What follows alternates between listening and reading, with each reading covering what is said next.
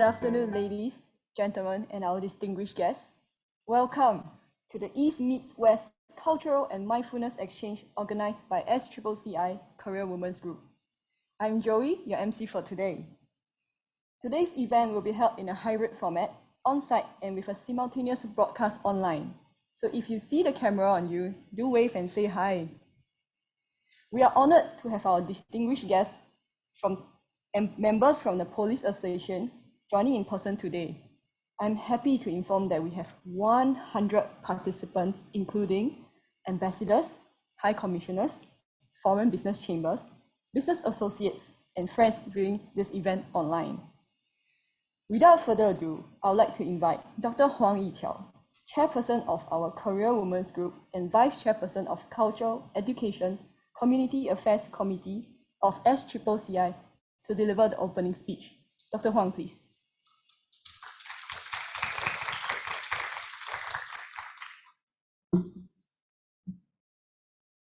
Distinguished speakers, ladies and gentlemen, good afternoon. On behalf of Career Women's Group, Singapore Chinese Chamber of Commerce, I'd like to welcome you for taking time out on a Sunday afternoon to attend today's event. Many companies have adapted to COVID-19, including pivoting to new growth areas, learning how to organize their work remotely, and embracing technology in a bigger manner. Many activities have been conducted online or held as hybrid events. As more people get vaccinated, more COVID-19 safety measures in Singapore will gradually be eased. Today, I'm very happy that we have successfully adjusted to the new norm and can interact with each other with ease in a hybrid format. The COVID-19 pandemic has resulted in an unprecedented global travel and border restrictions.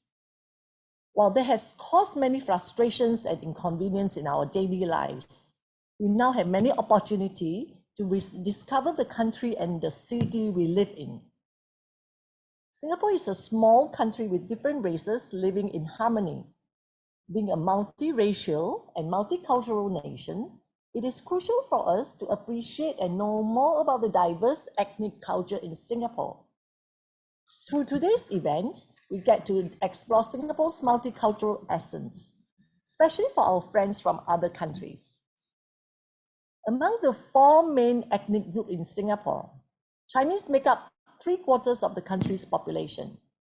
This afternoon, we are privileged to have the CEO of Singapore Chinese Cultural Center, Mr. Low Si-wee here. Through Mr. Low's extensive experience and rich perspective on this subject, he's going to tell us and share with us the 5 aspects that make Singapore Chinese culture so special. We will be able to gain a deeper understanding of how the Chinese community in Singapore has developed its own identity over the years, as Singapore evolved from a trading port in Southeast Asia to the globalized city-state of today. COVID-19 has affected our lives on different levels. Though technology has enabled us to accomplish many things, including work and play, we also need to build resilience on the psychological level as we transit to the new normal of living with COVID-19 on our midst, just like the common flu and dengue fever.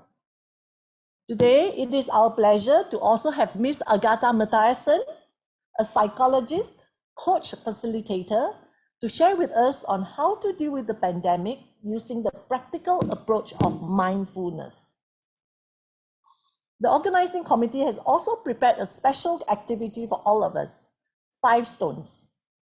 5 Stones is a traditional game that was popular with children in kampong days. Some of us may have grown up playing this game. I certainly have. That's telling my age, yeah? And I do carry very fond memory of it. For the rest of us, today we get to have a first-hand experience of this local culture through this heritage game. Today's event is a very special one as we cover the elements of both the East and the West from the cultural and psychological aspect.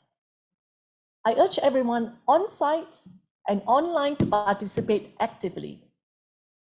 I wish to express my sincere appreciation to our distinguished speakers for sharing your valuable experience and insights with us. I would also like to thank the organizing committee who's worked so hard to make this event possible. Last but not least, I wish everyone a fruitful session ahead and have a great time this afternoon. Thank you.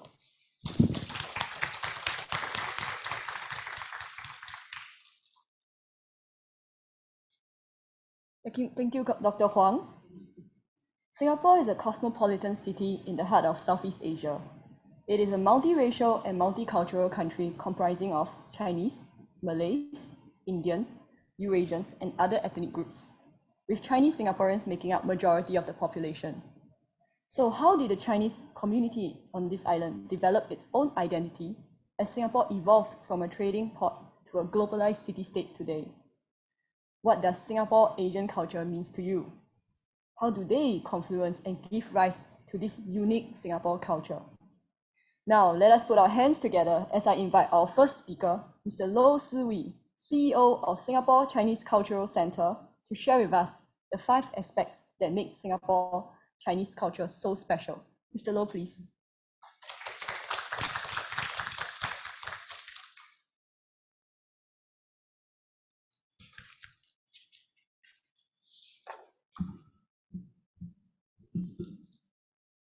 Good afternoon, ladies and gentlemen. Thank you so much for inviting me for your talk this afternoon. And today I'll be sharing some observations and thoughts behind the question, what makes us us? By us, I mean Singapore and Singaporeans. What makes us distinctive or unique?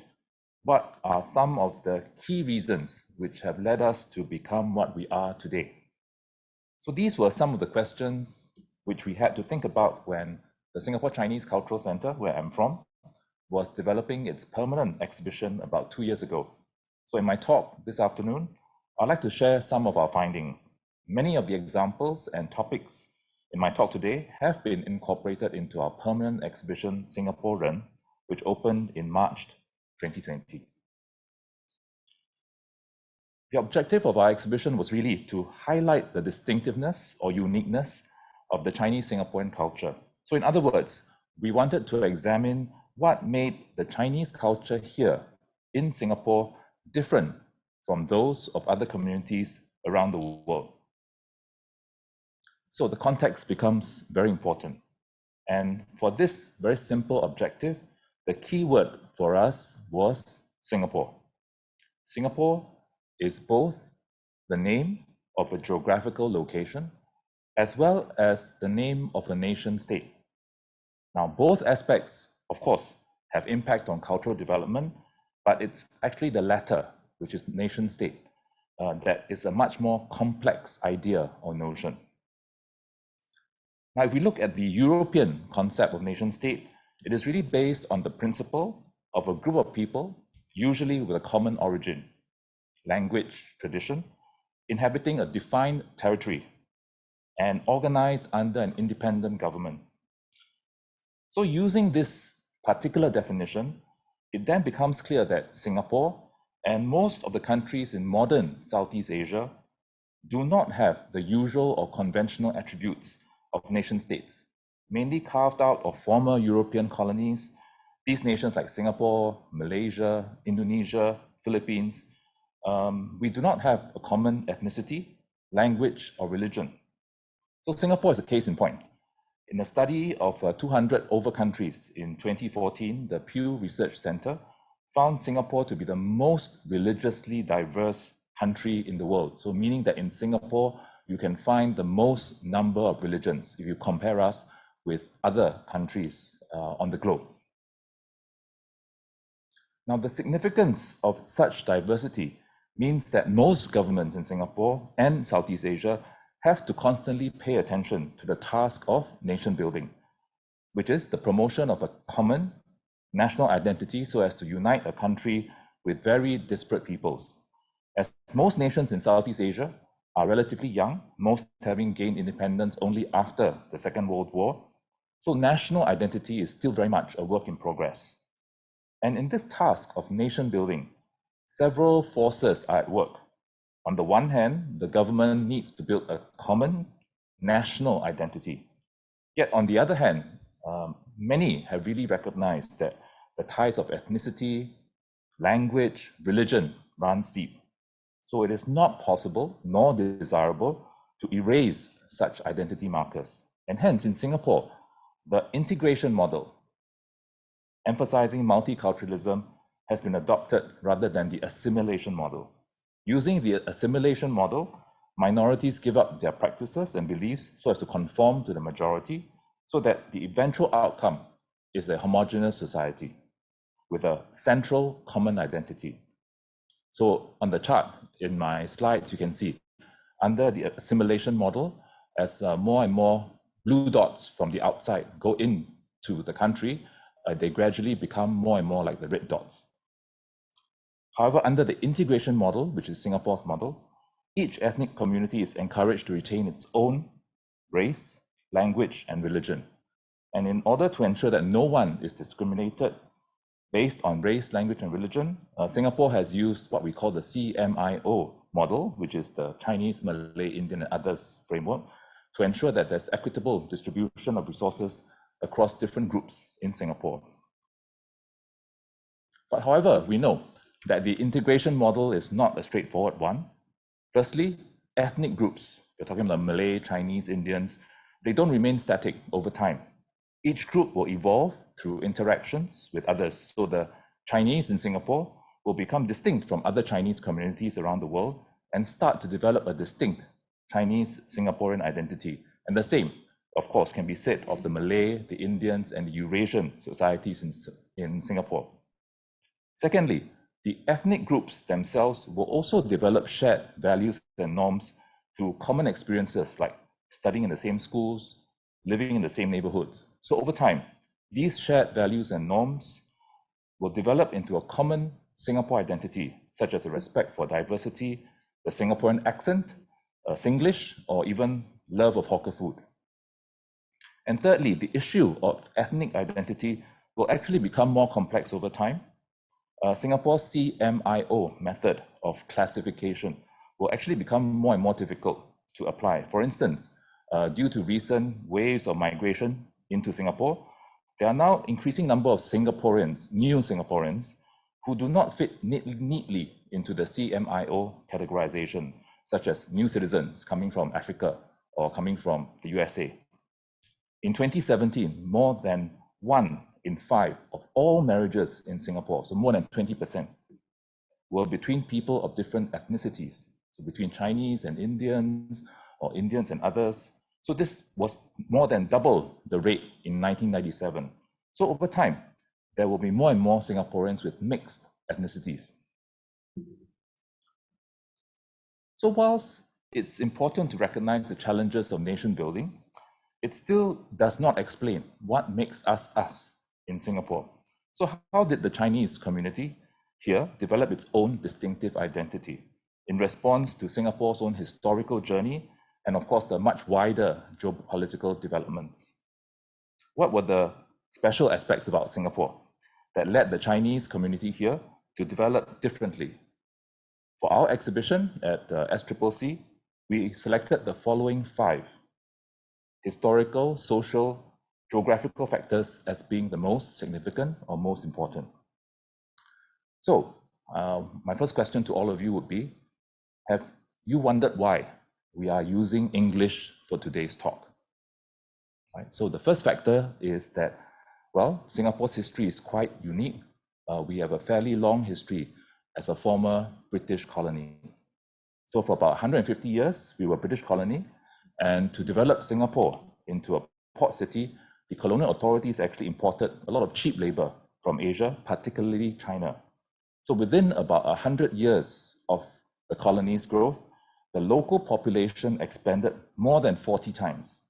And within this increase, the proportion of Chinese residents in Singapore grew from 30% in 1824 to about 75% of the total population in 1921. So in about 100 years, the number of Chinese grew exponentially. However, in a strange twist of historical circumstances, even though the British imported so many Chinese into Singapore, the British had little concern about the welfare of the locals in Singapore. And therefore, the local Chinese community had to fend for themselves by setting up clan associations, schools, and their own temples. So due to such British neglect, the local Chinese could in fact carry on with some of their traditions and practices from home without much interference in Singapore. So paradoxically, this meant that some traditions, like the Zhongyuan Festival, what we call the Hungry Ghost Festival, continues to be practiced in places like Singapore long after they have faded out in China for various reasons. And moreover, the Chinese government, both during the Qing and the Republican periods, also had very little interest in these migrant communities. Or even if there was interest in China, it had little means in China to influence such groups whilst they were in Singapore. In addition, British colonialism also entrenched several key institutions, such as their legal systems and their educational systems in Singapore. So these had a deep impact on Singapore's first generation national leaders like Lee Kuan Yew and Goh Keng Swee. For instance, both of them furthered their studies in the UK when they were young men. The use of English by the colonial government led to the borrowing of English loan words. That means they were borrowed by the local Chinese. So for example, the Chinese local term for taxi is 德士, which is a direct translation of the English word taxi. And the Chinese also have a term here for percent, which they call 八仙. So in other Chinese communities in Taiwan, in Hong Kong, in China, they don't use 八仙 or 德士 to refer to these objects. So this use of English was of course later reinforced by the independent government after post-65 to be Singapore's main working language. So this explains the reason why most of us are able to understand and communicate with each other here in Singapore in English today. My second question is, for all of you, why do you think words like kopitiam or mee goreng are so common in our daily language today in Singapore? Well, this is because Singapore is quite unique. We are not in Northeast Asia, we are actually located in Southeast Asia, meaning that in Southeast Asia, we are living in a tropical country. This means that the local Chinese had to make changes to their way of life. The hot and humid climate, for instance, affected the design of their homes and clothing. So for instance, the Chinese used to live in atap dwellings, much like the indigenous people here in Southeast Asia. So these homes had roofs lined with the leaves of the atap palms in order to keep homes cool in the tropics. Located far away from China also meant that the local Chinese here did not have easy access to traditional ingredients for their home cuisine. Hence, they started to use more locally found products like spices, fruits, vegetables in their cooking, such as the pandan leaf, nutmeg, torch ginger, coconut, and banana. For example, on my screen, you can see a very popular dish in Singapore called the popiah. Popiah was originally from Fujian and Chaoshan region in China, but the version in Singapore has bangguang, which is a Mexican turnip, instead of the more usual bamboo shoots, because really bamboo shoots are not readily available in Singapore. So this became a substitute ingredient by the local Chinese. Lastly, life in the Malay archipelago, which is this part of the region, also meant that the local Chinese had to interact with the indigenous peoples here, who tended to use Malay as their common regional language. So on my screen, you can see actually a map showing the Austronesian language, which is what is commonly known as the Malay language, and how it's very widely spoken in the region around Singapore. So this helps to explain the prevalence of Malay in our local language today. For instance, the local Hokkiens borrowed Malay words like suka for like, kawin for marry, as in you marry your wife, pasar for market, and kopi for coffee. Likewise, because the Malays here also interacted with the Hokkiens, the Malays also came to use certain Hokkien terms So for example, mi for noodles, te for tea, tahu for beancurd, and gongxi for to share.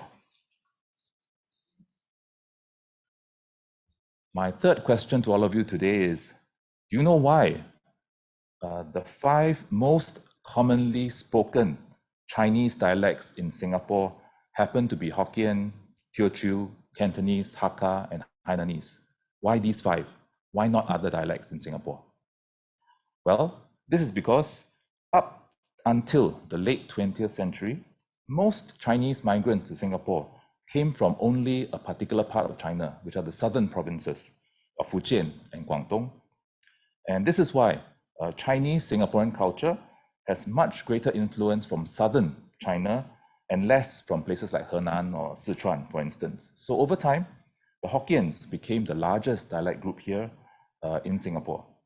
This explains why Hokkien dialect or Minnan played such an important role in the evolution of language in Singapore, such as the popularization of Hokkien words like kueh or kiasu, and of course, the use of Hokkien grammar or Hokkien syntax in Singlish. So on the screen, you see the words, I eat already. So that is quite a common Singlish phrase to say that I've already eaten. But you can say I eat already because in Hokkien, that makes perfect grammatical sense. What jia liao. Yeah. It's important to also remember that the southern Chinese migrants came to Singapore in 2 very different waves or periods of time. The first wave, much smaller in numbers, comprised largely of Chinese traders who came from southern coastal cities in China. They came as early as the 12th century. And those few who had settled down here in Southeast Asia tended to marry the local women because there were no Chinese women in this part of the world, in the early 12th to 14th century. And through intermarriage, this formed the basis of the early Peranakan Chinese communities in many of the port cities like Malacca and Java. And these descendants also tended to adopt more local habits and customs due to longer periods of settlement in Southeast Asia. So for instance, the Peranakan Chinese would speak Baba Malay, which is a hybrid language of Malay and Hokkien. And some also became very fluent in European languages and would have the ability to act as the middleman between the Europeans and the locals here in Southeast Asia. The second wave, and I suspect most of the Chinese in this room, your ancestors or our ancestors came from this second wave. The second wave, which was much larger in numbers, occurred in the 19th century, when many poor Chinese from the same coastal cities in China left China in search of a better livelihood. Cheap labor was also needed to develop the new British port of Singapore, and later the rise of the tin industry in the 1820s and the rubber industries in the 1870s in Singapore also further increased the demand for labor here. And apart from the better employment prospects in Singapore, really the Chinese then were also fleeing from the famines and unrest in China during this period, such as the Taiping Rebellion, which claimed the lives of over 20 million people in China. So initially, these migrants had intended to return to China after they had made enough money and the situation in China had improved. However, with the outbreak of the Second World War, and of course, Singapore's independence soon after that, many Chinese migrants then chose to settle down in Singapore by marrying local Chinese women. So by that time, there were already Chinese women in Singapore. So hence, unlike the Peranakan Chinese, this second later group tended to maintain more values and practices from China because they stayed within their same ethnic group. And because most of the Chinese migrants were from southern China, as I mentioned, they all spoke a form of southern Chinese dialects, be it Hokkien, Teochew, Cantonese, Hakka, or Hainanese. This meant that the different Chinese dialect groups who lived on the same small island of Singapore had many opportunities to interact with one another. And you must remember, this was an opportunity that was not readily available to the Hokkiens and the Cantonese back in China because it was a much larger country. Therefore, the different dialect groups here had access to each other's foods and customs, such as different types of mooncakes during the Mid-Autumn Festival, or different types of dumplings during the Tuanwu festival. So we are going to have the Mid-Autumn coming up very soon, and you realize that in the shops, they have many different types of traditional mooncakes, depending whether you are eating the Teochew mooncake or the Cantonese mooncake. And of course, intermarriages between dialect groups in Singapore were also much more common in Singapore compared to what was happening in China in the early days. My fourth question to all of you is, do you know that the very famous dish called fish head curry was actually invented by an Indian for his Chinese customers in Singapore? So if you think about it, it's not meant for Indian customers, it's meant for Chinese customers in Singapore. So why did this dish happen? Well, this dish happened because Singapore, in a very surprising way, even though we are 75% Chinese, there's still quite a large proportion of non-Chinese living here in Singapore. Because of Singapore's origins as a colonial port city, its local population has always been very diverse. So adding to the indigenous Malays who were already here, the British colonial government imported cheap labor from India and China. It also encouraged traders from around the world, such as the Arabs, the Javanese, the Armenians, to come to Singapore and use Singapore as a base for their operations. So over time, the local population became predominantly Chinese due to the large numbers of workers imported from China, but there's still a large number of non-Chinese here in Singapore. So just to take a comparison, we know that Singapore's proportion of non-Chinese is about 25%, and this is relatively large if you compare us to other Chinese communities. So for example, if you look at Hong Kong has only 8% non-Chinese. If you look at the city of Beijing, Beijing has only 4% non-Chinese. And likewise in Taipei, it only has 5% non-Chinese. So this means that the Chinese living in Singapore have relatively more opportunities than their counterparts in Beijing, in Hong Kong, in Taipei, to interact with and be influenced by other ethnic communities. And of course, due to the British colonial government's hands-off attitude towards the locals, all local ethnic groups in Singapore were free to continue with their own ways of life without much interference from the British. And this state of affairs, being able to use your own language, continue with your own religion, continued into the post-colonial era, when the national government here in Singapore adopted various national policies based on multiracialism and multiculturalism. And of course, these days, new migrants from all around the world bring in much needed talent to support Singapore's globalized economy, and of course, to make up for the declining birth rate. Such migrants now come from a much broader range of backgrounds, and this has created a Singapore that is even more diverse than before. My last question is, do you know that actually 90% of Singapore's food supply needs to be imported? So 9 in 10 food items that we eat are all imported. Why is this so? Well, this is so because Singapore is an island, a very small island with no natural resources. It has one advantage, which is that it has a deep harbor and it sits on the crossroads of major shipping trade routes. So today, Singapore is the busiest port in the world in terms of shipping tonnage, where more than 130,000 vessels call at our ports annually. Since antiquity, Singapore has been a port city, and this means that its inhabitants have always been exposed to a constant flow of goods, people's ideas from around the world. So in fact, Singapore's small size means that it is always affected by the larger external environment. And we are less likely to be insular or resistant to change. And Singapore's really economic development survival depends on it continuing to be a hub for trading of goods and services. And the global community must continue to find Singapore relevant and useful to them. Hence, Singapore needs to be open to inflows of different ideas, beliefs, and ways of working. And of course, this has been hastened by the rise of telecommunications and the internet of today. Therefore, many Singaporeans today are very receptive to global trends, influences, and ideas. As a result, individuals like local musicians JJ Lin, filmmaker Anthony Chen, have been able to make an impact on the international stage because of the very distinctive perspectives which they bring to their own Chinese culture and heritage. So these 5 special aspects of Singapore, which I mentioned, may actually be distilled or summarized as follows: Chinese heritage, cultural interactions, plus public policies.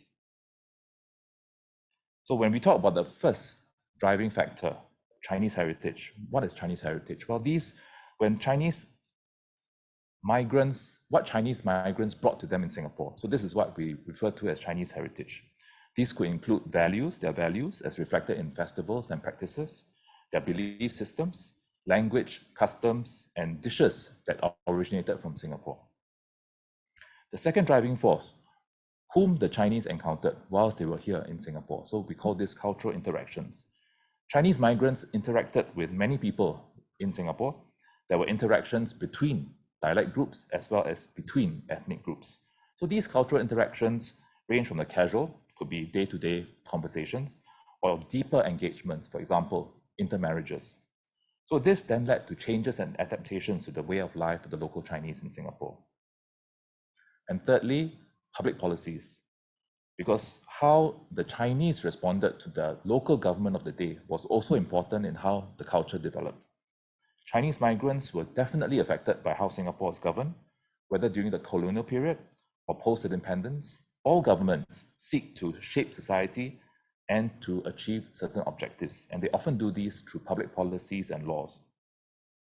Hence, as we can see, there are 3 driving forces at play that affect the development of Chinese culture. So let me give you a very simple example. This is definitely reflected in the way that Chinese New Year is celebrated in Singapore. This is a festival, we all know. It's a tradition that originated in China. And as such, this is Chinese heritage celebrated by all Chinese around the world. Although Chinese New Year does not coincide with the New Year of the Gregorian calendar used in Singapore, it is nevertheless still a public holiday here and held in high regard by the local Chinese. And this is because it is a festival that emphasizes family togetherness and the value of filial piety. But if you think about it, Singaporeans love to eat pineapple tarts and love letters for Chinese New Year. But these are snacks which did not originate from China.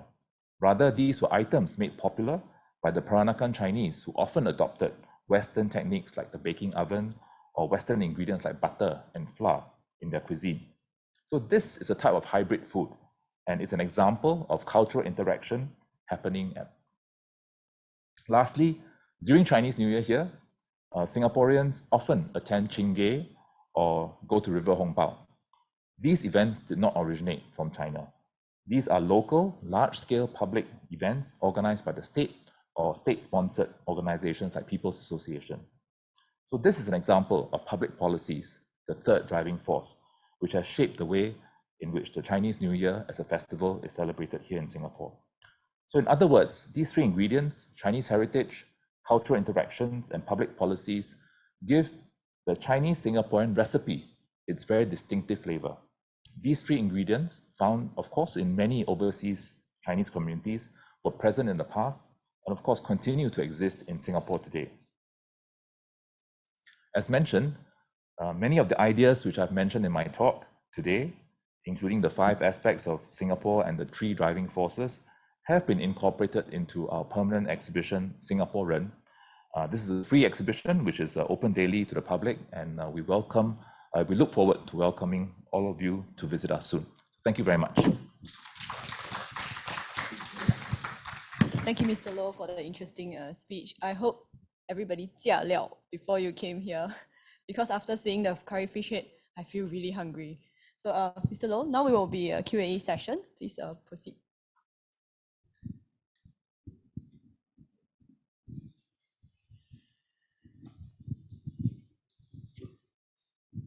So we'll now open the floor to question and answers. So to online, both online and on-site. So any questions from on-site?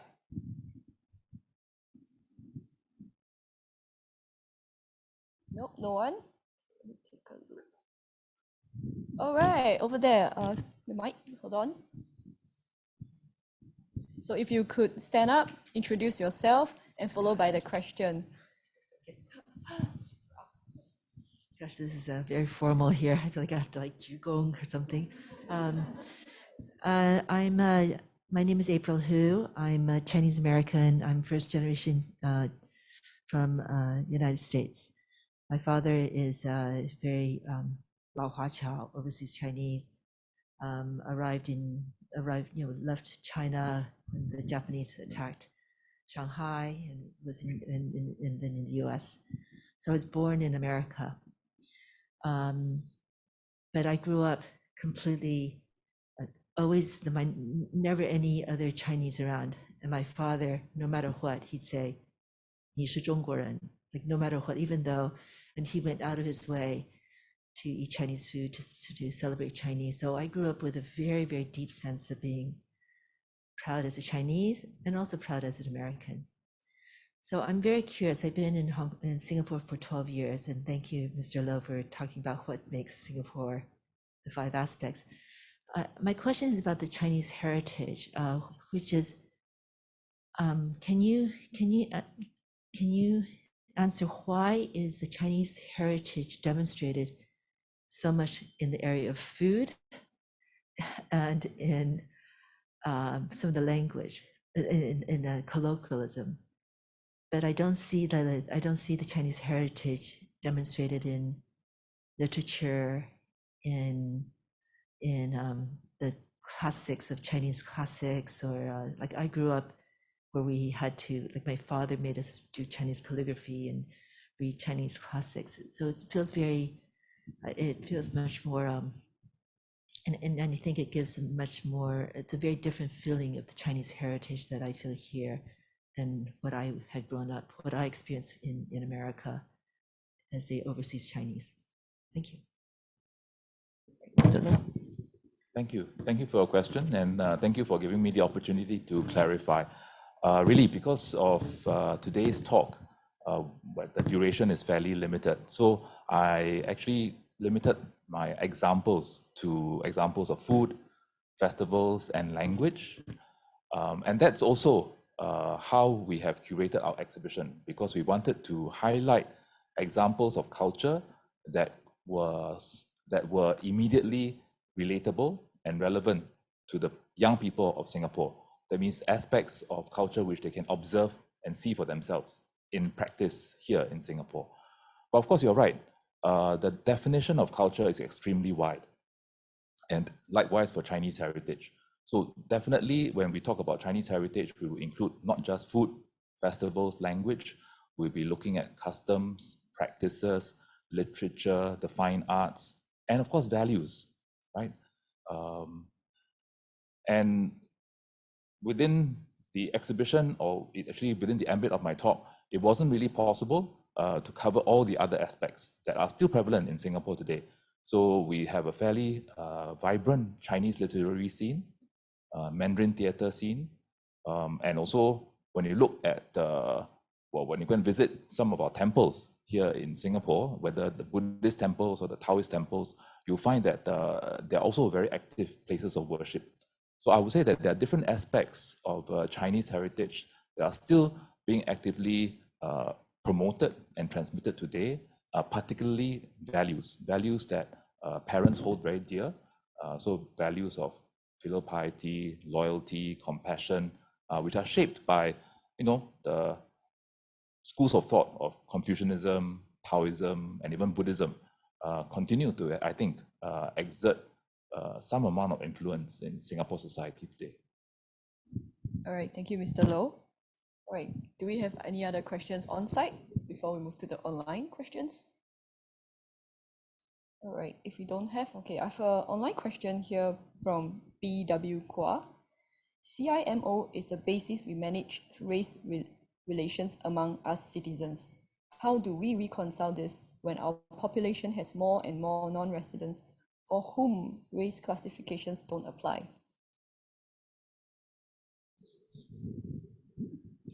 Okay, well, this is a very complex question. Definitely something for the policy makers to think about. I think even amongst the policy makers, they realize that the CMIO framework is quite a blunt instrument. It's put in place to achieve certain very noble aims, which is, as I said, to encourage integration rather than assimilation. So in order to ensure that there's integration and not assimilation, there's a need to understand what the different races are, how are they performing, and making sure that resources are allocated accordingly. But as I said, I think when this policy was formulated decades ago, I think they probably didn't realize that society was going to change so quickly, that Singapore was going to be even more diverse after 50 years, and that the world was going to be even much more interconnected. So I think this is a period when the policymakers are now grappling with not how to do away with the CMIO framework, but really to kind of refine it or improve upon it, and make it work for the objectives that we want to. Yeah. All right, thank you. All right, any more questions on site? If not, I have a question for you actually. So, we have a lot of foreign friends here. So if you have foreign friends coming to Singapore, where will you bring them, or what would you do to let them experience our Singapore Chinese culture? Well, first of all, I'll encourage everyone to come to my center, because that's where our permanent exhibition is. It's a really concise and interactive way for you to experience in a very engaging manner what is this Singapore culture, Chinese culture all about. But really, I would say that if you are not keen on an exhibition, there are so many places in Singapore that you can experience daily life at work. I think about our hawker centers, for instance. That's an excellent example of a space in Singapore. It's a communal space. Different communities from different ethnic groups often meet each other. And as consumers, we have a chance to taste each other's foods. And then if you think about it a bit more deeply, you realize that many of the dishes are examples of cross influences across different ethnic groups or different dialect groups. So I think that would be quite a direct way to experience Singapore Chinese culture at work. So we have to definitely try the rojak when we go to the hawker center. All right, so any more questions we have? No more on site. All right, we have one here from Ina. Hi, Mr. Low. What's your view about integration of Chinese heritage from new generation of immigrants with the existing evolved from the older generation of immigrants? Do you see more challenges or opportunities, and why? I'm definitely more optimistic than pessimistic, because if you think about it, not too long ago, we were all new migrants, and our ancestors all learned to kind of adapt and be enriched by different practices or different beliefs from our own. So I actually look forward to new migrants. They bring with us very different experiences from different parts of China, no longer southern China, or from different parts of the world. And I think the mix that we have here, if properly managed, if properly encouraged, can only bode well for Singapore. Right, thank you, Mr. Low. All right, if we have no more questions, we'll end this Q&A segment. So, ladies and gentlemen, please allow us 5 minutes to prepare for the next segment. And for those online, we will do take out your 5 stones and play with us after. We'll see you shortly. Thank you. Ladies and gentlemen, welcome back. After listening to the various examples shared by our first speaker, Mr. Low, on the uniqueness of Singapore, I would like to introduce one of our ASEAN's famous traditional games. This is one of my personal favorite childhood game as well, the 5 stones. I remember when I was young, I played it till I forgot to eat. Today, we will bring my childhood game to you on-site and online. We have prepared a mini 5-stone competition for on-site participants to experience, and for online audience, we have mailed out 5 stones to 30 lucky winners earlier this week. Do play along with us for those who have received it. Now, let's watch a short demo video on how to play the 5 stones.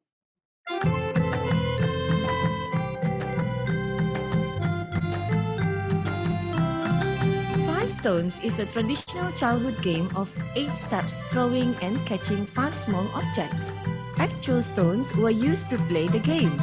Nowadays, in the modern version, stones are made of leftover clothes sewn into triangular pyramids filled with sand, rice, or saga seeds.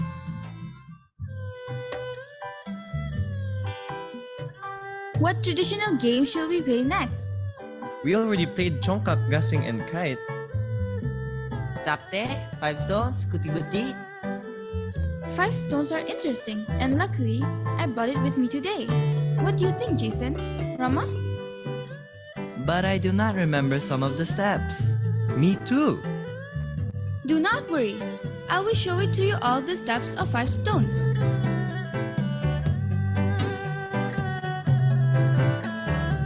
Step 1.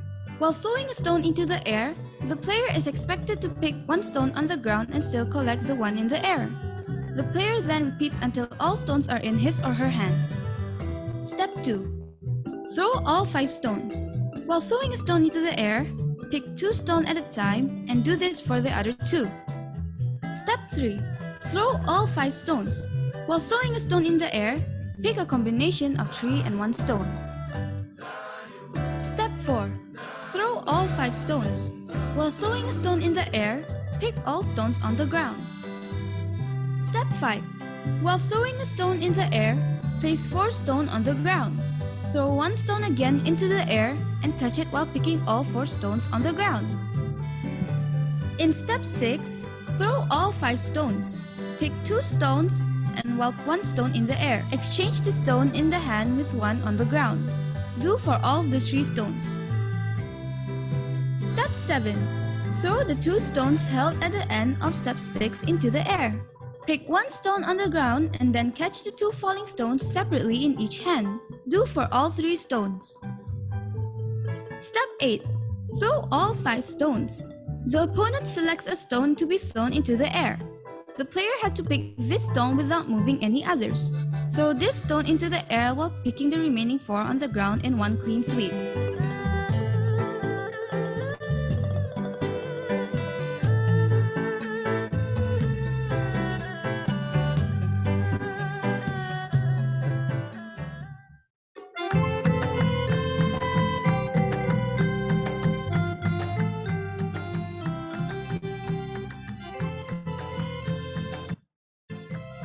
Alright, I know we're all getting very excited for the competition, but allow me to explain the rules.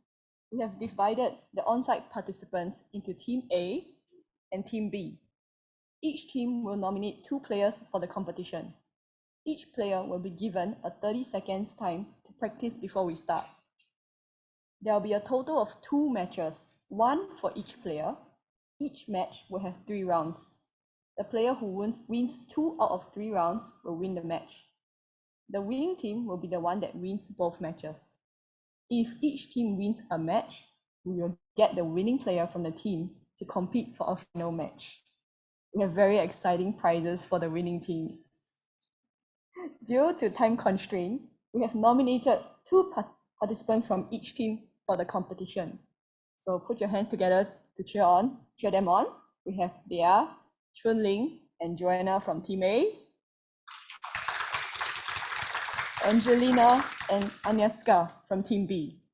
Without further ado, can we have 1 representative from each team to proceed to the table, and then we'll give you the set of 5 stones.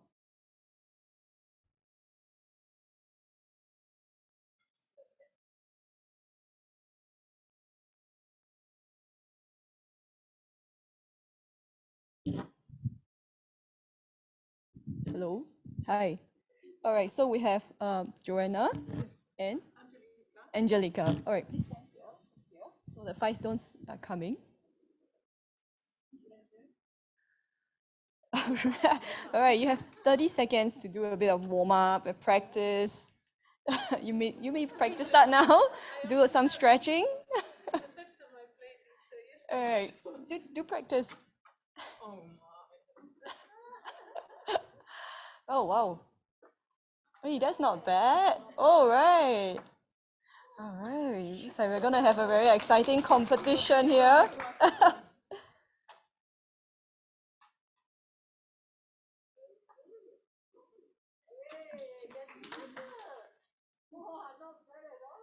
Wow, we have a hidden talent here. Right.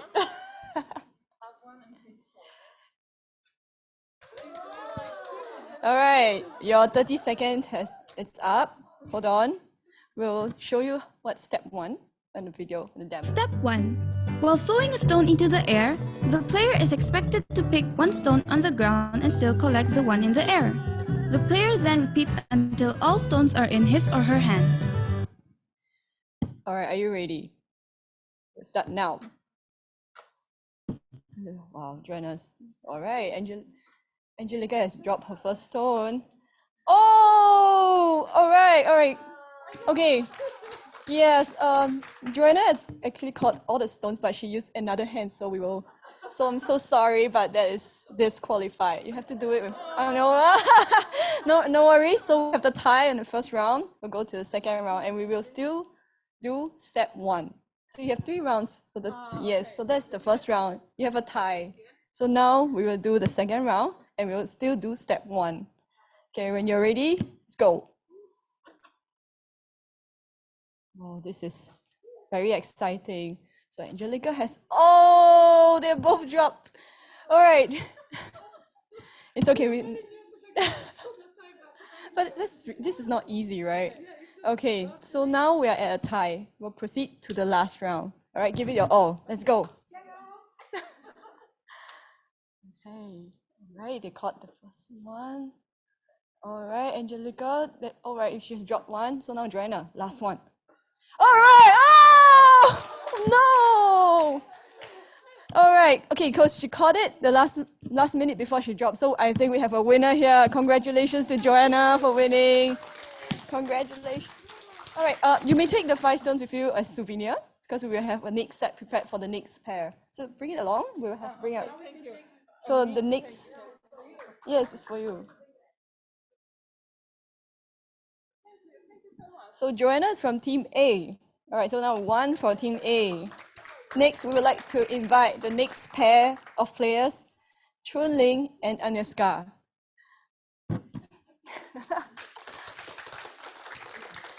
Oh, okay, yes, you have you have 30 seconds to warm up and practice. All the best. Oh, Chun Ling has some technique. Look at that. She's yes. Wow. Are you sure this is the first 30 seconds? That is really good. Oh, wow. Look at you can continue practice. Just remember what you did just now. That was really good. Oh, Chun Ling is very focused. Okay. Wow. Wow. Wow. Oh, yes. Hey, wow. You guys, this looks like it's going to be a tight competition here. All right. Your 30 seconds is up. We're going to start with step 1. So we'll let you watch again. Step 1. While throwing a stone into the air, the player is expected to pick one stone on the ground and still collect the one in the air. The player then repeats until all stones are in his or her hands. All right. Are you ready? You may begin. Now. Oh, Chun Ling is doing well. Oh no! All right, we have a winner. This is only round 1. You can make a comeback. Yes. So for round 1, Chun Ling has won. So we'll proceed to step 2. All right. Let's watch step 2. Step 2. Throw all 5 stones. While throwing a stone into the air, pick 2 stones at a time and do this for the other 2. All right. You can do it. Let's try it out. All right. You may begin now. Oh, nice try. Now Chun Ling is finishing. All right. So Chun Ling has won 2 out of the 3 rounds. So we have a winner. And from Team A, congratulations, Chun Ling. All right, you may bring back the 5 stones as a souvenir.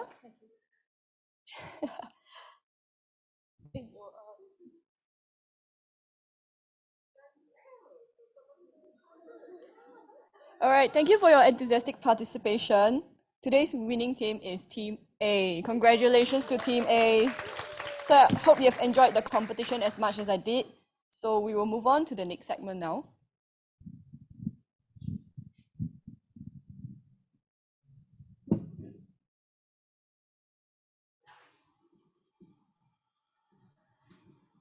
Ladies and gentlemen, our next segment came about from a spark of friendship between our CWG External Relations Group Committee leader, Angela, and Ms. Mathiasen.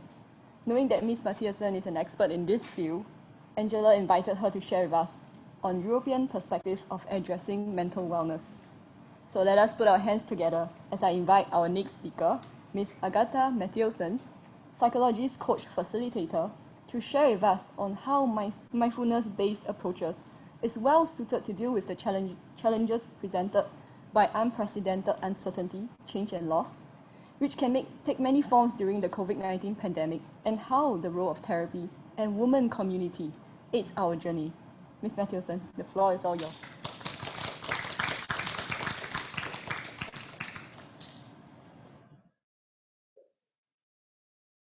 Thank you very much for having me here. Thank you, Angela, for inviting me. I'm really grateful and honored to be able to be here today with all of you and also with the online participants. And already the introduction, I think, was tiring, that I should speak about so many things, about how East meets West, about the mindfulness, about the pandemic, about the therapy, and then collective experience of being a woman. And Mr. Lowe talked about the differences. What makes us different? What makes you different? And I would like to invite you to think about similarities. What makes us us? What makes us similar as women or as human beings going through the pandemic or going through the life? So for those of you that don't know me, my name is Agata. Some of you know me, some of you don't know me. I am psychologist, therapist, and coach. And I will be talking today here about what's similar for us, what's similar in our human experience. I would like to start with a quote. There are many endings and many beginnings, and there is always between ending and beginning, the very briefest of moments. And in those moments, change, deep volatile change is possible. To find that moment, to grasp it, to embrace it, to change within it, this is the thrust of evolution. This is the moment of chaos, of a higher order, the order of gods, but nevertheless, the order. So my position here is to talk about the in-between space. For example, pandemic exposed us to certain endings, but also invited certain beginnings. And we have here participants from East and from West, and there is the between us. And I would like to talk from the position of the between. So what's similar in our experience and what is connecting us actually? I was also asked to make this presentation interactive. And my idea of inviting your presence, inviting your voices, I would actually like to make it interactive. So it's not me standing here in front of you and speaking to you, but it's all of us having a conversation and having a dialogue together. So I have prepared this handout that you can find on your chairs. And this handout will be with us throughout this presentation and this journey, and will be inviting you for reflection, inviting you to ask yourself some questions, to maybe find answers, to maybe share with us, but inviting your presence, your active presence in that dialogue between East and West, a dialogue about mindfulness, about therapy, about collective experience of womanhood. So please keep your pen ready and this piece of paper and participate. This is your time for reflection. And I am holding that space for you and would really appreciate if you give yourself the time to reflect on those topics. I would like to start with the recent experience of pandemic. We have all been in it and we are still in it. So I have a question to each of you, and please, you can use this personal notes box to answer. When you think about pandemic and your experience going through pandemic, what were you most present with? What were your thoughts? What were your feelings? What were your concerns? What did you worry about? What did you think? Please take 5 seconds to put down what was most present for you. What was your experience going through pandemic?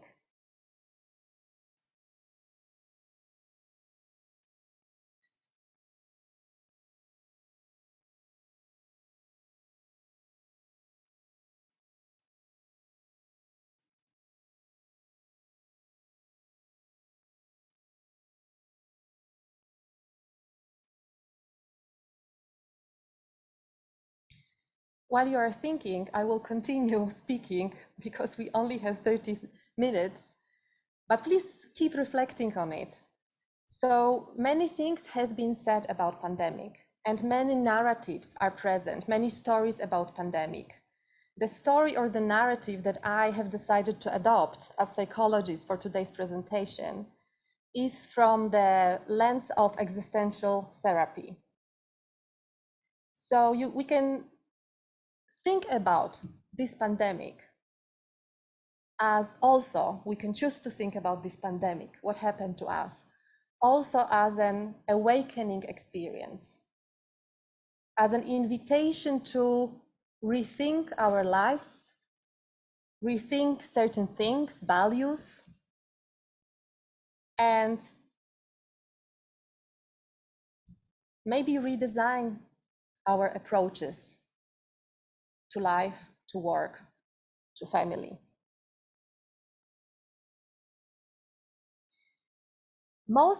And from the perspective of existential therapy, we can look at the pandemic as an experience that has resurfaced 4 ultimate concerns. These are the concerns that are connected to our existence as human beings. So they have always been there, but they are more in our awareness now when we go through pandemic. And the first concern is around death. Did anybody, so my question to you is, did anybody, and please raise your hand for those who wrote something in your personal notes that connects to, will I get sick? Will I die? What about my family? What about my parents? What about my children? Did any of you thought about, when I ask what were you present with, in the dimension of death? We have a few hands up. And in my practice as therapist, I have clients who battle with this concern. They have realized that life will come to end, maybe sooner than later. They have realized that they actually don't know when that will happen. They have realized that they are finite. They have realized, or what it was present for them, is that as much as they want to continue to be, this may not be up to them. And these thoughts, they bring a lot of discomfort and a lot of anxiety. And in the therapeutic practice, the way to, from the perspective of existential therapy, to deal with that is to actually invite those thoughts, is to actually invite clients to think about it, to be with those questions, those very difficult questions about the existence, about the us being finite, and about death. So this experience, these thoughts about death, they can actually expand our awareness. So we can start looking at our life differently with the possibility of death. The second concern, ultimate concern, is about freedom. And freedom here is understood a little bit differently by existential therapy. It is freedom that we experience when there is no structure around us. So in everyday life, we do not live in the universe that is well structured and have a very clear purpose. So we have to battle and we have to deal with different structures that we enter and we leave. So let me tell you, when I say structure, what I have in mind. One of the structures is work, family, home. Before pandemic, this was very well structured. Work was at work and home was at home, and family was at home and people outside family were outside family. And suddenly the boundaries around those structures changed through pandemic and dissolved. Our work got invited to our homes through Zooms, through online presence. The border or the boundary between work and home got dissolved. We started in the same space, working and living and loving our families and fighting with them. Everything happens in the same space. So there is this lack of order in the structure that we have experienced. And then we have to make the decision when we experience anxiety and discomfort around that. How do I deal with that? We have to make the decision about what do we want to engage in, what do we want to assume responsibility for, and what choices we make. How do we work differently? How do we live differently? So the second ultimate concern is around freedom. Both freedom and death are actually existential concerns. So even though clients come with those concerns, there is not many answers I have for them. Two other concerns are more in the domain of therapy. So the third concern is about isolation. We have experienced through pandemic a lot of isolation. Interpersonal isolation, a lot of loneliness, existential isolation expressed as being separated from the outer world. So the structures dissolved and there were suddenly many, many more borders. Even today, I speak to you through the shield. You listen to me having your masks on. We couldn't gather all of us here. We have online participants. So there is many, many borders that we experience. And the feeling of isolation and loneliness is a feeling that many clients come and cannot handle, either because it is so prevailing or because it lasts so long. How do you heal loneliness and separation? You heal it in authentic relationship. The wound happens in relationship, and this wound needs to be healed in relationship. How many of you, let me ask you, put in your personal box a concern or a thought or a feeling that was around isolation and the many, many borders that suddenly appeared and we have to deal with and navigate? Did anybody have that concern? Yeah, we have a few hands here, and that's our common experience. Last and not least is the meaning in life. Many of my clients come and ask, what is the meaning? With the recent experiences, what is the meaning of life? What do I live for? Why are we here? And they experience this, is there a meaning? This meaninglessness. And in this existential meaninglessness, they are actually encouraged to find personal meaning, to find engaging activities that will create, either sustain a meaning for them or create a new meaning for them. So these are 4 ultimate concerns. There is many, many more. So this is just to put a lens of existential therapy on that pandemic experience that we went through. So what happens, or how therapy can help, or what happens in a room when clients come with any of those concerns? Mindfulness approach. And mindfulness is so many things, and I'm sure you have heard about mindfulness.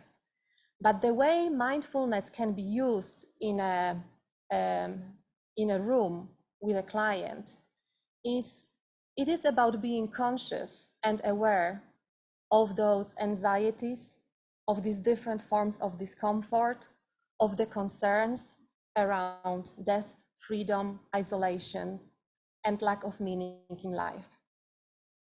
So actually the therapeutic approach here, or how therapy can help, existential therapy, it is a dynamic and uncovering approach that invites clients to sit with this discomfort, to sit with those questions, to be with those questions.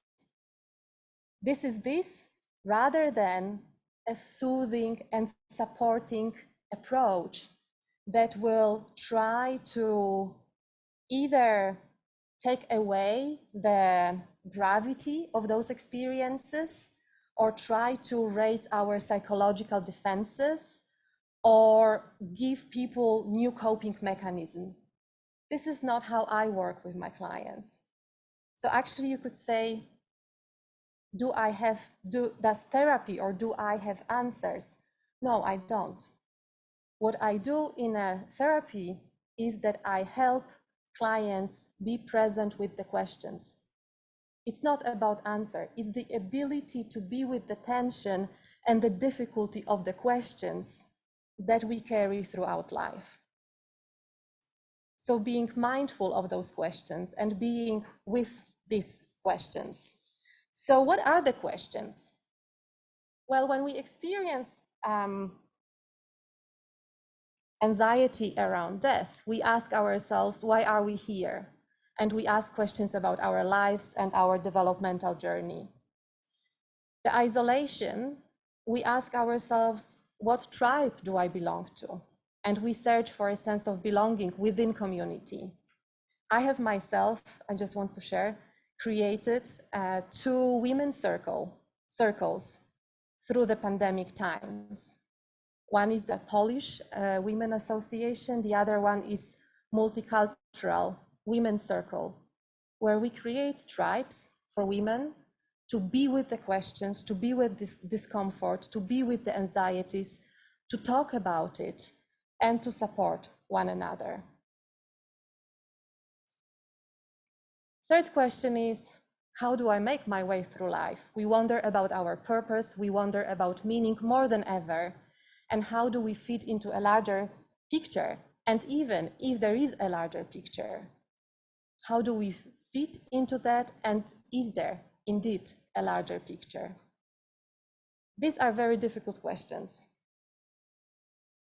And therapy as such, as I said, does not have answers, but therapists will help create a space where the tension that comes and discomfort that comes with from these questions can be held. One of the questions that I hear most often from women is this question, what have I lost? So let me tell you a little bit more about that question and the need that is behind that question. The need behind that question is that we need to review the story that we tell ourselves and others. The story that gave us meaning and direction may no longer be valid for us. So we need to rewrite, we need to retell our personal myth. And our personal myth is something that organizes our lives. It's an ongoing journey.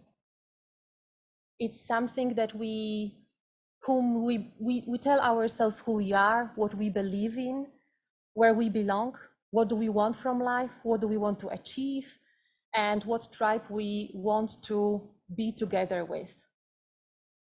And through pandemic, we need to rewrite that myth, because the myth that we had, personal myth that we had before, might no longer be relevant. So our life is not a script in which we play a role. Throughout our life, we actually redesign our personal myth. And that is our purpose or our task. How can we do that? How can we redesign our personal myth, and how can we find a new meaning? So what I wanted to share with you, how to do that, is something called the Heroines Journey. And this is a cycle of development and of growth, ongoing development. And in that part of my presentation, I will mostly address women, because it is about the collective experience of womanhood.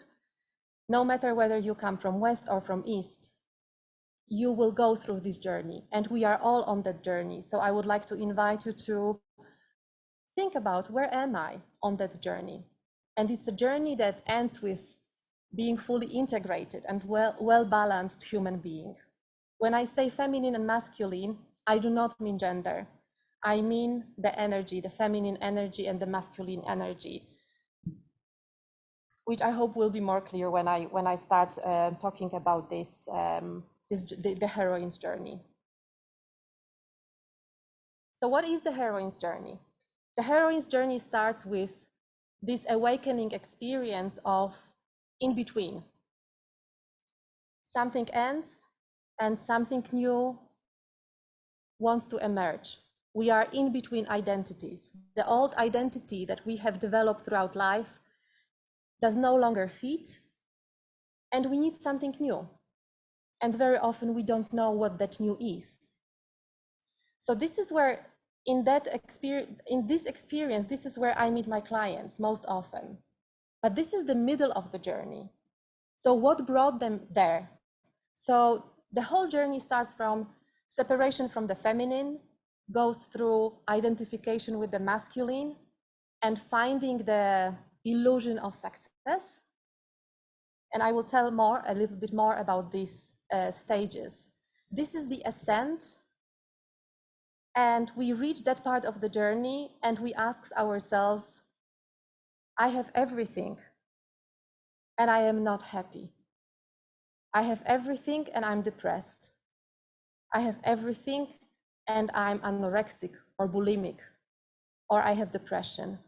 What have I lost? This is when I meet my clients. And there is the second stage, developmental stage from there, that is about reclaiming the feminine, redefining the masculine, and the integration. So let me invite you and tell you a little bit more about the heroine's journey.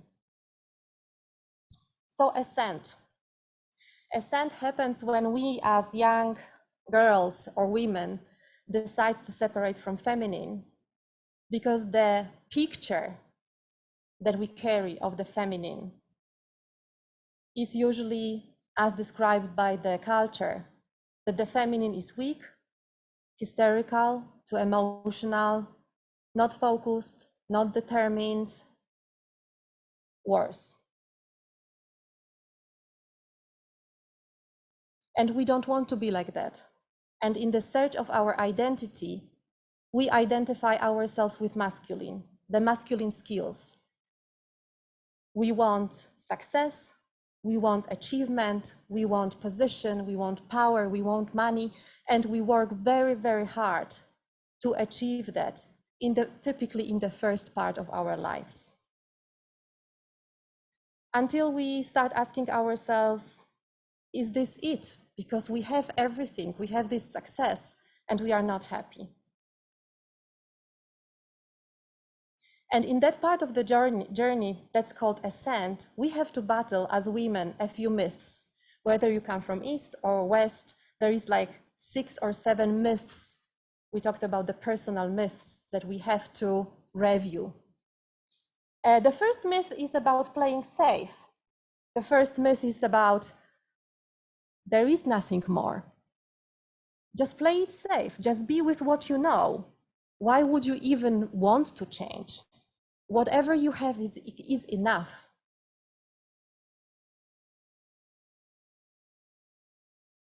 Then there is myth of female inferiority and dependency. And this is the myth that I think the generation of our mothers experienced in 50s and 60s. We were told, or women were told by the culture, that being female is worse and being female is second rate. And what female does, female takes care of others. So forget your own needs. You are here to serve others, to serve the family, to serve the society. Most of our mothers were not given a choice of professional career.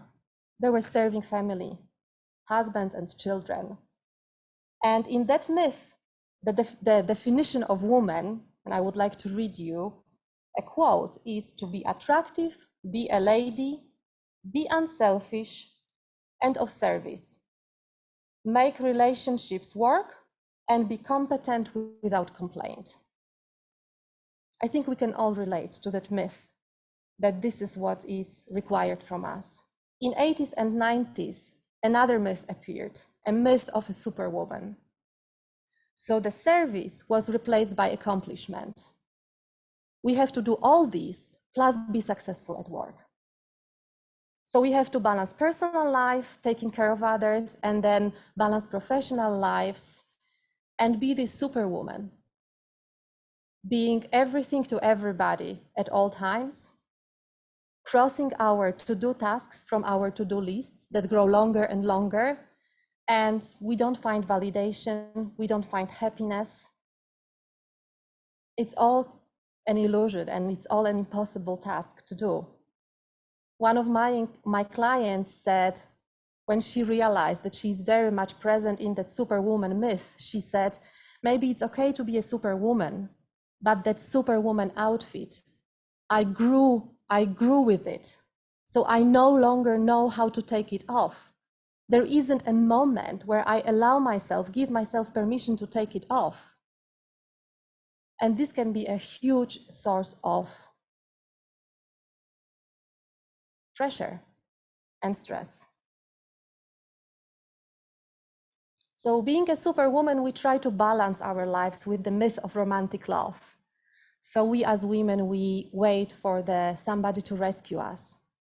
And we wait too long. We are basically brought up in this state of expectancy that somebody else, we meet somebody else and this person will complete us, as if we as women were not complete. So we sit and wait for somebody to rescue us and complete us. But is this really it? Do we really need that? We do, because we hear this voice of inner critic that will tell us that success, achievement, power, prestige, money, this is what matters. So we have to go faster. We have to do better. We have to do more. We are not good enough. And that's the last myth that we battle, of not being good enough. We never feel good enough. Even though we, in that ascent journey, put our armor, pick up our sword, go into battle and fight, we are not enough. And we are not happy. And we feel lonely, we feel sad, and we feel betrayed by the culture that promised that success, but that success never came. I brought here a voice of one of my clients who described her journey and gave me the permission to share it with you. How she experienced the ascent journey, that part of her heroine's journey. She said, I have high expectations of myself and others. I have little empathy for limits. And I will not allow myself to get sick. I am ambitious. I'm responsible in the world of work. I have focus and determination to achieve goals and often accept responsibility far more than I can comfortably handle. I demand perfection from myself, and I have little tolerance for my own vulnerability. In an effort to not become like a woman, I became like a man. I think like a man, I work harder than a man, and I ask myself recently, what have I lost? How many of you, can I have a hands up, how many of you can relate to that? Yes. We can relate to that because this is the common experience. This is the common experience for all of us as women, one way or the other. We live through these myths.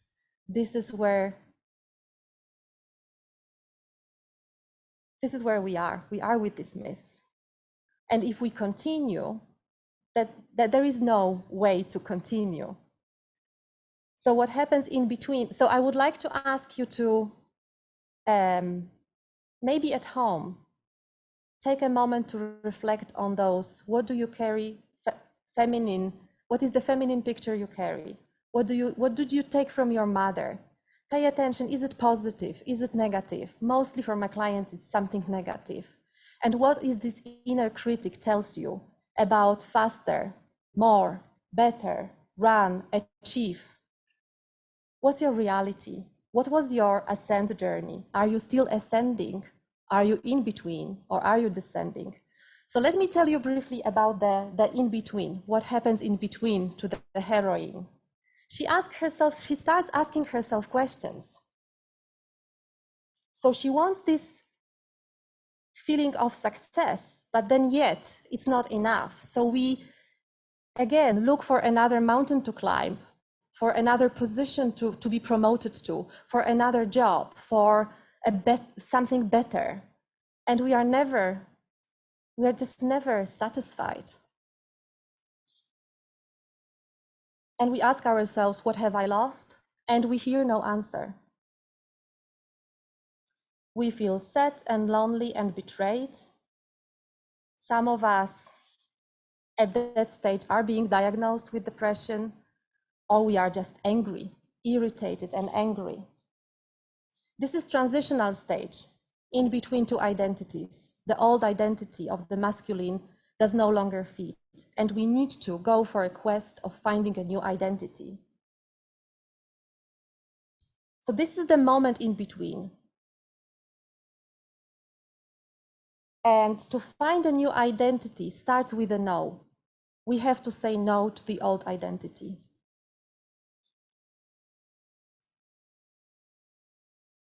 And I again have a voice of one of my clients that is in between stage, where she said, I feel empty and I feel I don't measure up by following the obvious career pathway.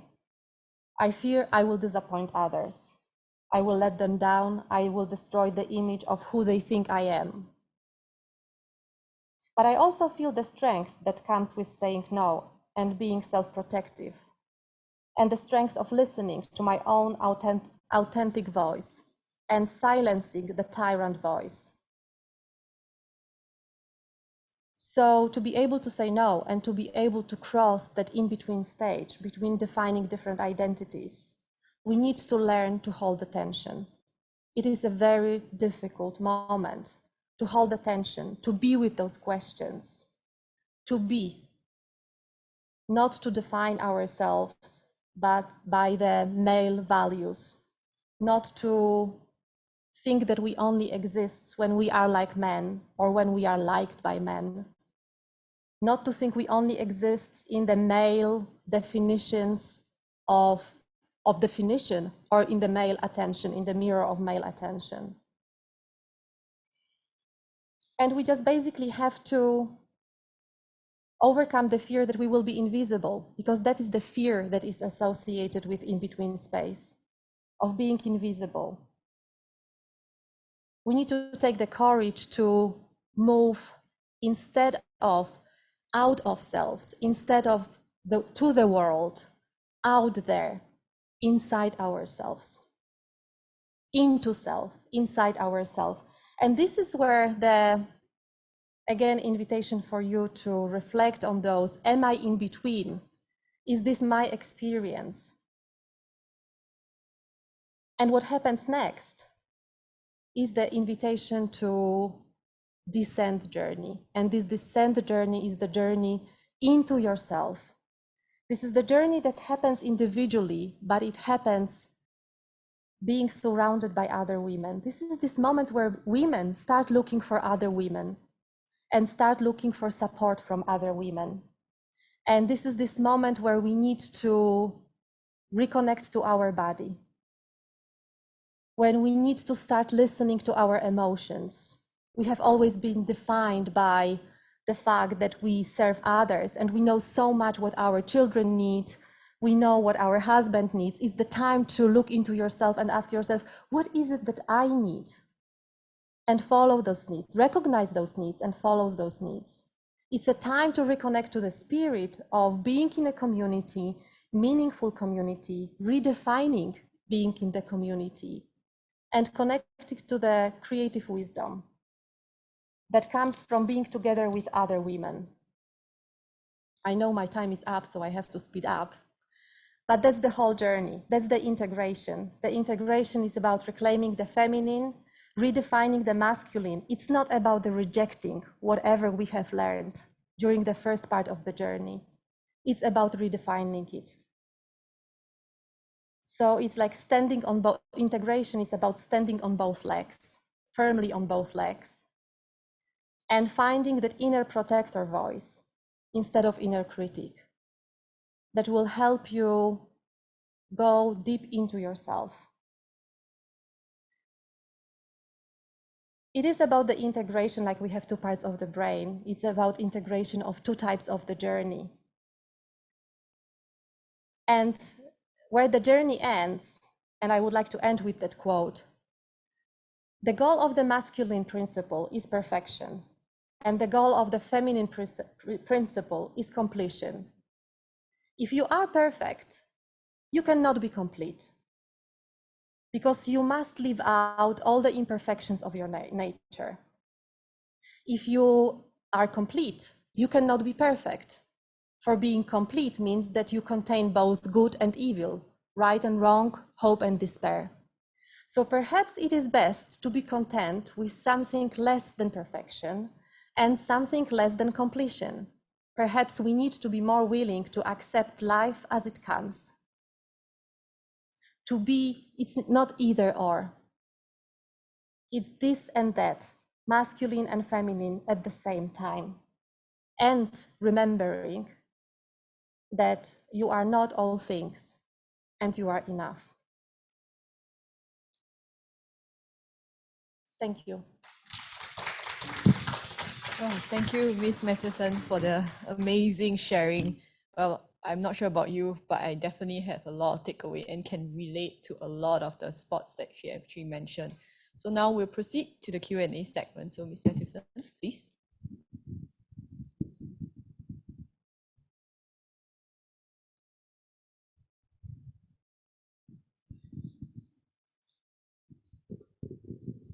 All right, we'll open the question to the floor first. So any questions from the on-site participants?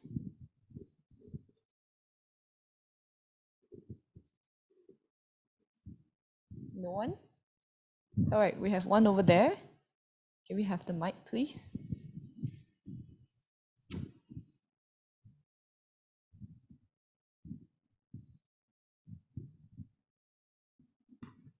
If we can trouble you to introduce yourself and followed by the question. Yeah, hi, my name is Chun Ling.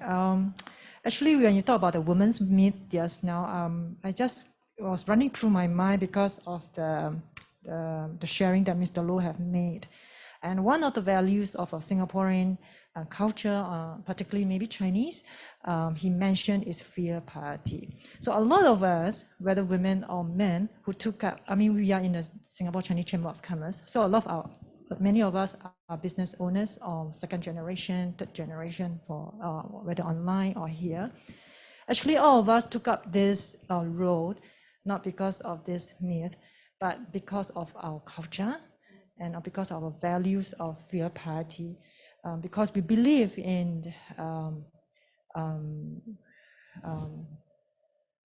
carrying on what our parents and our forefathers have given us, and we want to continue their legacy and actually also contributing back to the society.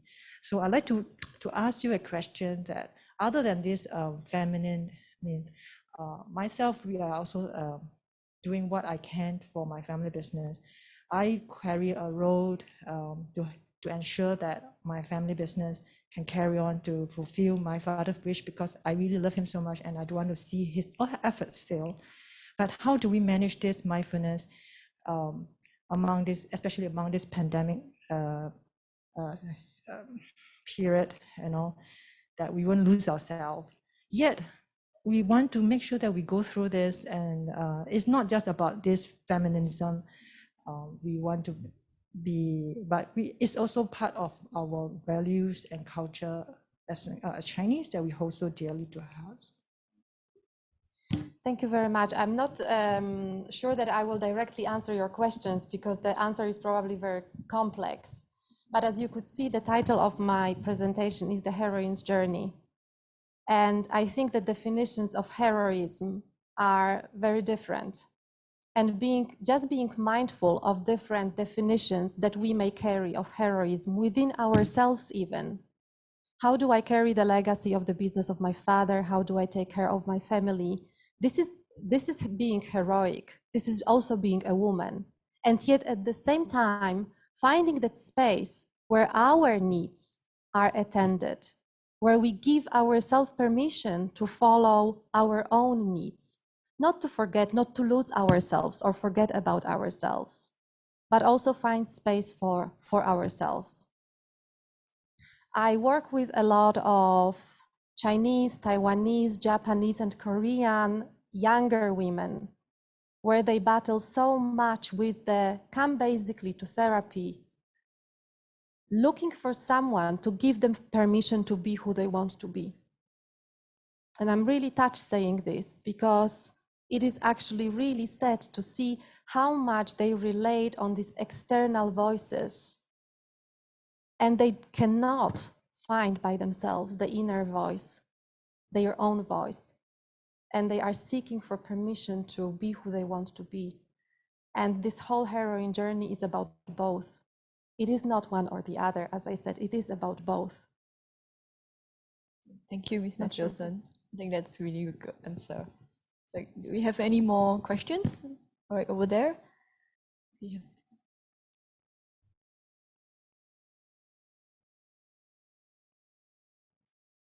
Hi, I'm April. My question is, how can, in this world of pandemic, and you use the word heroine journey, it feels like a lot of fighting. You mentioned these very tough stories. Can you give us some hope about using more positive and the silver lining of all of this? I hope it didn't land the same way on everybody, that I actually invite you to take off your armor, to put down your sword and not to go into that battle. I invite you to build communities of women who, we all need other women. We need positive feminine or positive examples of other women who will support us and who will share experiences, the same experiences with us. Hope and positive, I think, is that I myself, as I said, I am part of two circles, and I hear more and more Also, I think in the career group women here, there is a circle for women to exchange experiences, to talk about personal development, to talk about how do we pick up the journey now through pandemic or through the descent. How do we acknowledge what is it that we want within us? Silver lining is to find balance between feminine and masculine, not to be like men or liked by men, but to be a woman and be able to say, what does it mean for me to be a woman? What is my expression of the feminine? How do I carry the feminine and the masculine energy within myself? Oh, thank you, Ms. Matthewson. All right. Actually, I have a question here online. So in Asian culture, we tend to forget about mental wellness and focus a lot on hitting targets. How can we encourage more people or businesses to be more open about mental mindfulness and incorporate it into their organization culture? Yes, there is a strong taboo in Asian cultures about mental health and wellness. And how can we encourage is by each of us taking responsibility for talking about it and being out there and talking about our experiences and forming communities that will be supportive and will allow other people, not only women, men and women equally, to talk about mental health and to take off that stigma that's something wrong with that. There is nothing wrong with being focused on goals. That's just while at the same time giving yourself permission to just be, not to do. All right, thank you. Oh, we have one more question over there.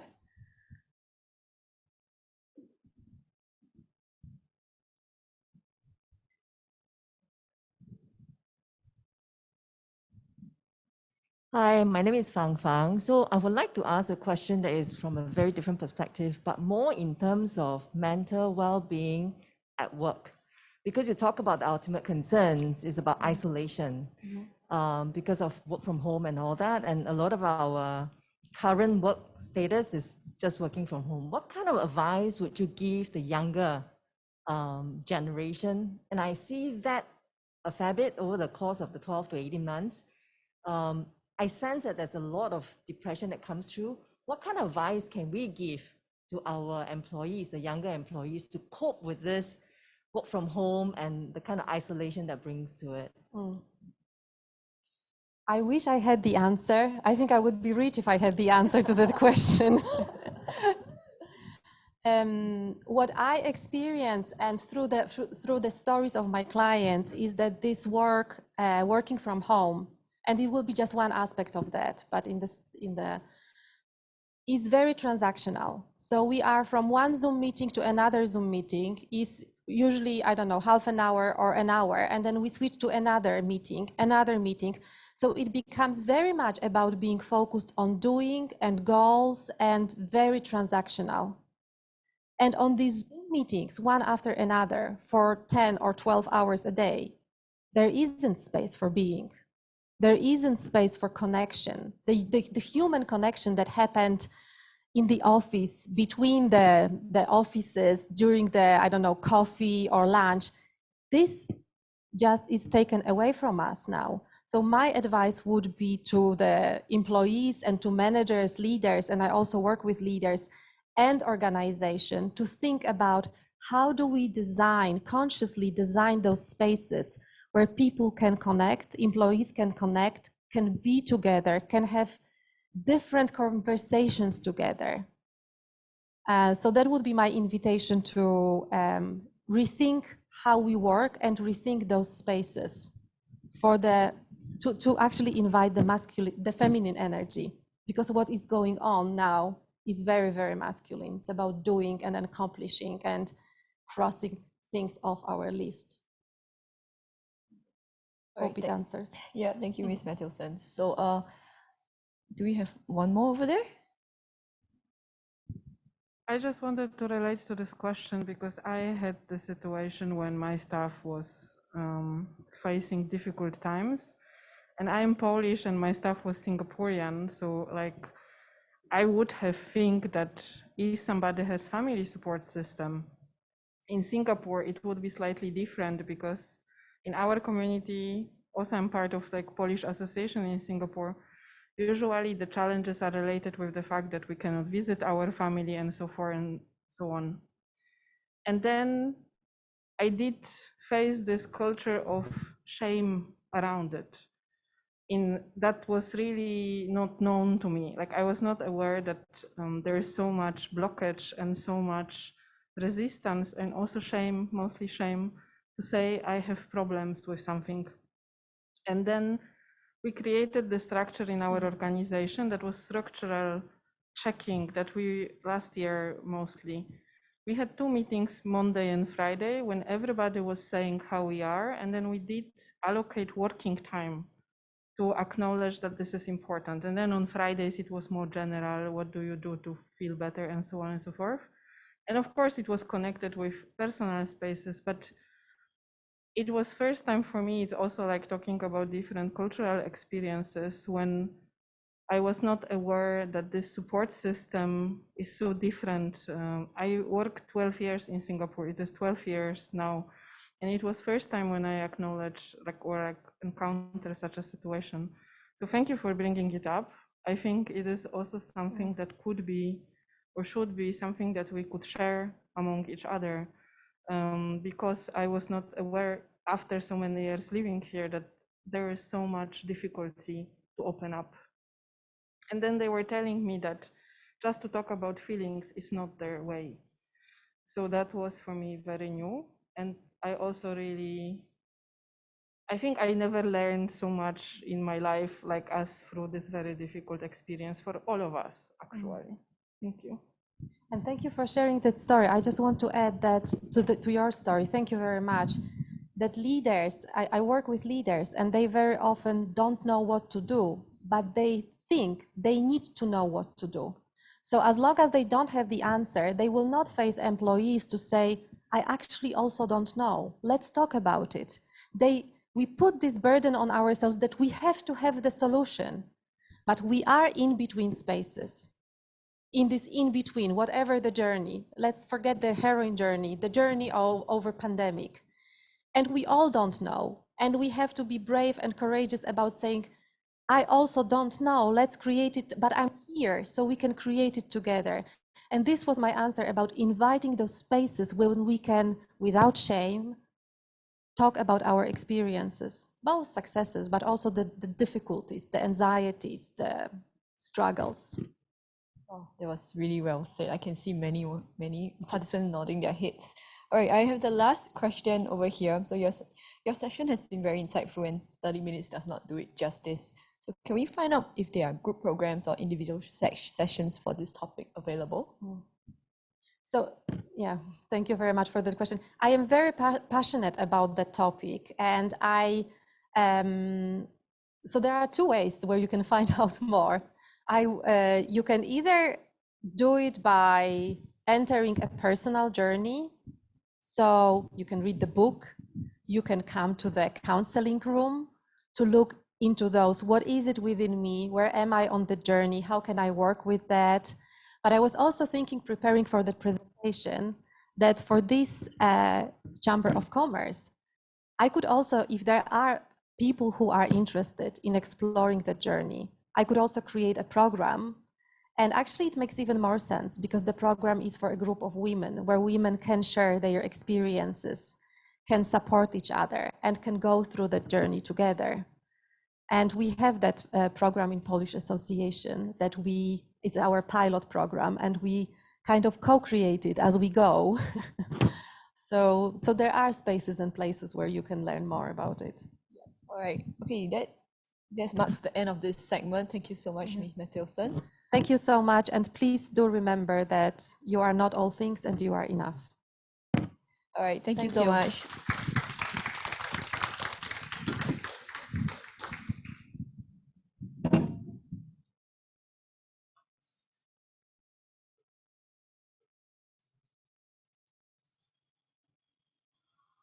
All right, ladies and gentlemen, we are nearing the end of our event, and thank you so much for your active participation.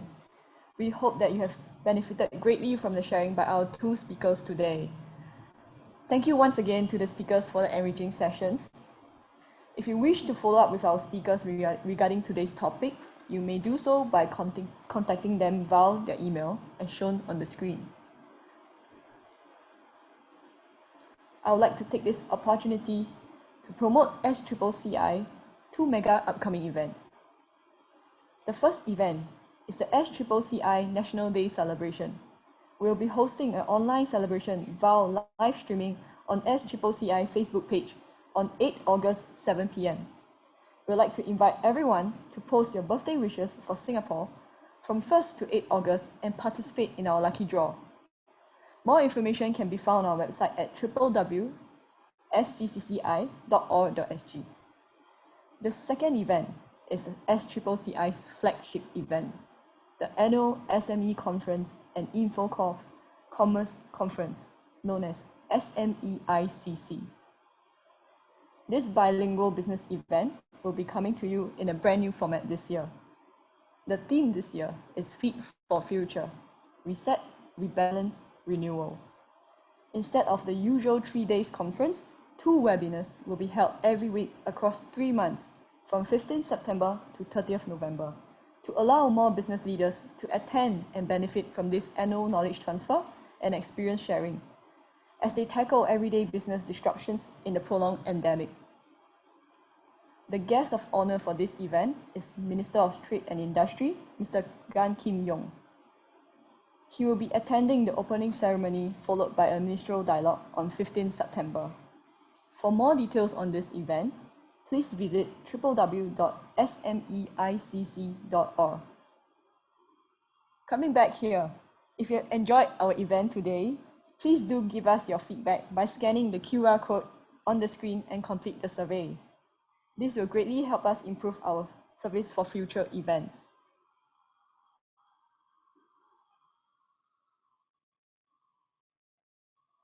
All right, and if you've yet to follow us on SCCCI Career Women's Group Facebook page and LinkedIn page, kindly scan the QR code and follow us to know more about latest initiatives and upcoming activities.